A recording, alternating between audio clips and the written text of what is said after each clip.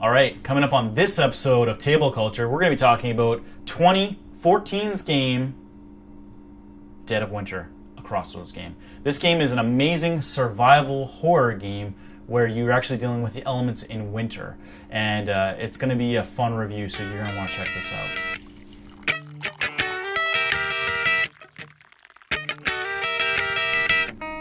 All right, we're back for another episode of Table Culture, the show where we give you recommendations about games to bring to the table. Today I'm talking about 2014's Dead of Winter. It was created by Jonathan Gilmour, who's also re-implemented Missile Command, Centipede, and Asteroids for board games. That's right, pretty cool ideas. Those are recent games he's done.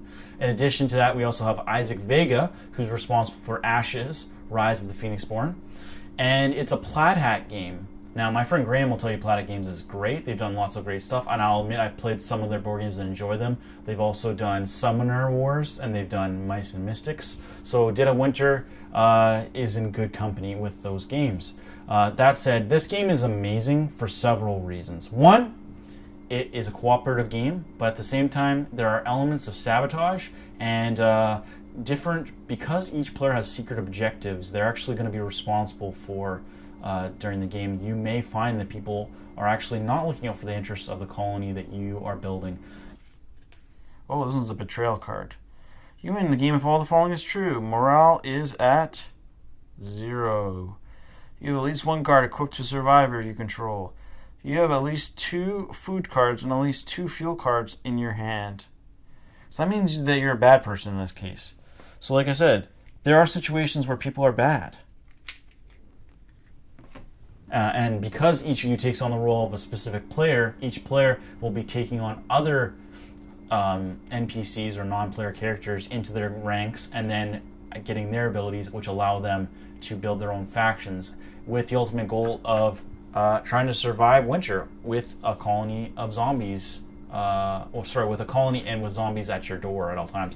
And because it's winter, you're at risk of frostbite and exposure to the elements. You can also die from zombie wounds, and if you get bit by zombies, you can spread that zombie virus to other members in your faction.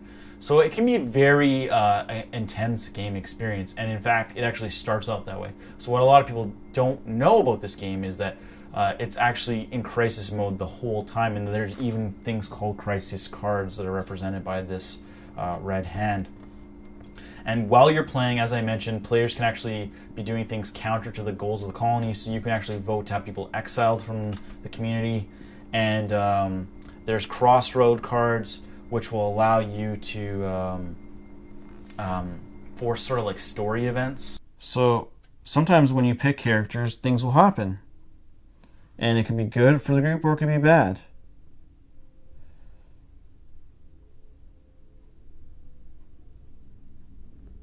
Like in this case, he can actually out someone as being a bad guy or a good guy, which is kind of cool.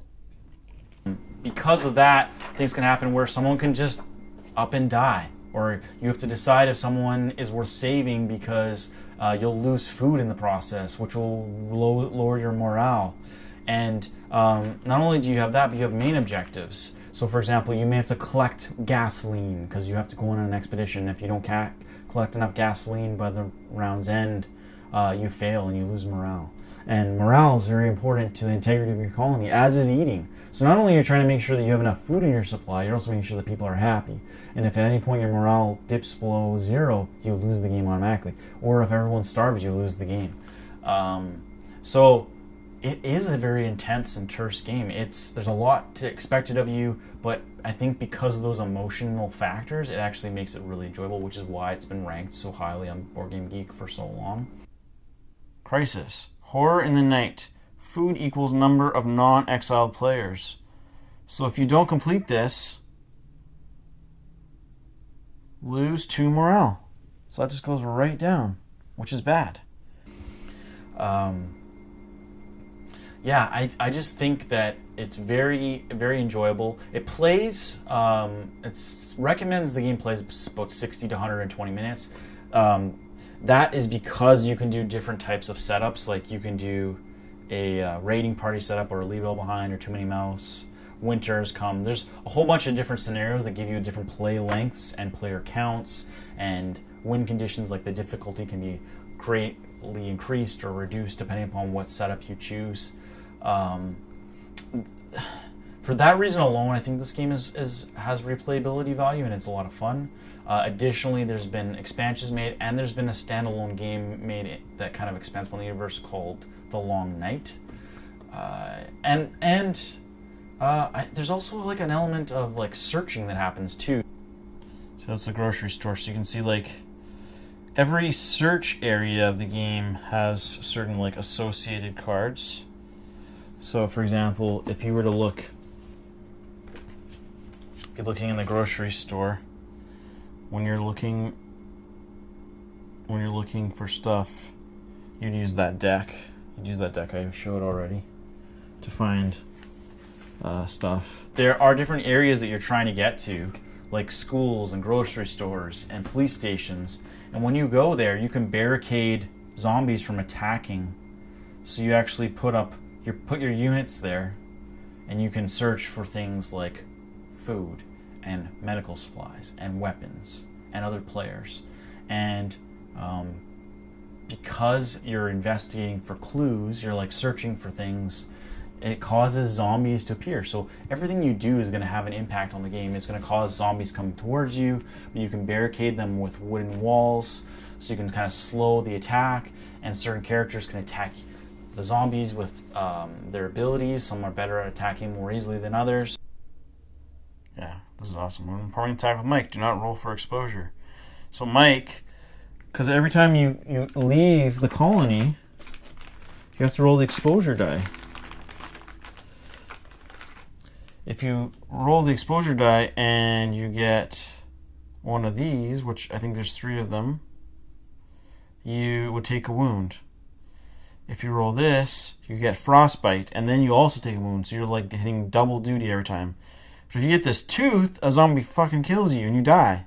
Whereas Greybeard, who's a pirate, has much better searching ability than he does combat, but his combat lets him take another card from another player's hand and place it into your hand. So there's all these factors that determine what you should be doing at any given time, and because there's so many factors, it can feel overwhelming, but it makes the game what it is, which is very exciting.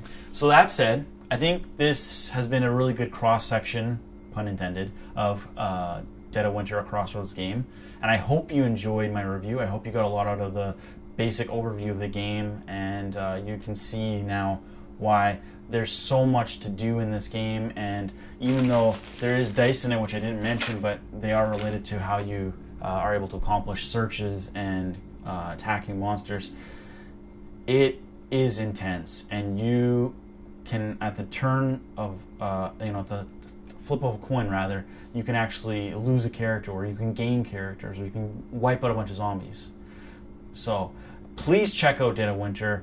I hope you've enjoyed the review. Give us a like, give us a comment if you like the game. If you don't, tell us why. And please subscribe to the channel, share the video with your friends, and we'll catch you on the next video. This has been Table Culture. Thanks for watching.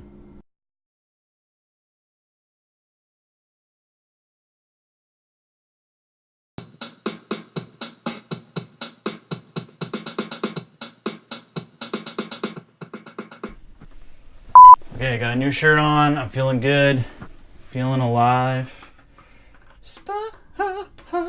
Staying alive, staying alive. Ha ha ha ha. Staying alive, staying alive. Ha ha ha ha. Staying alive.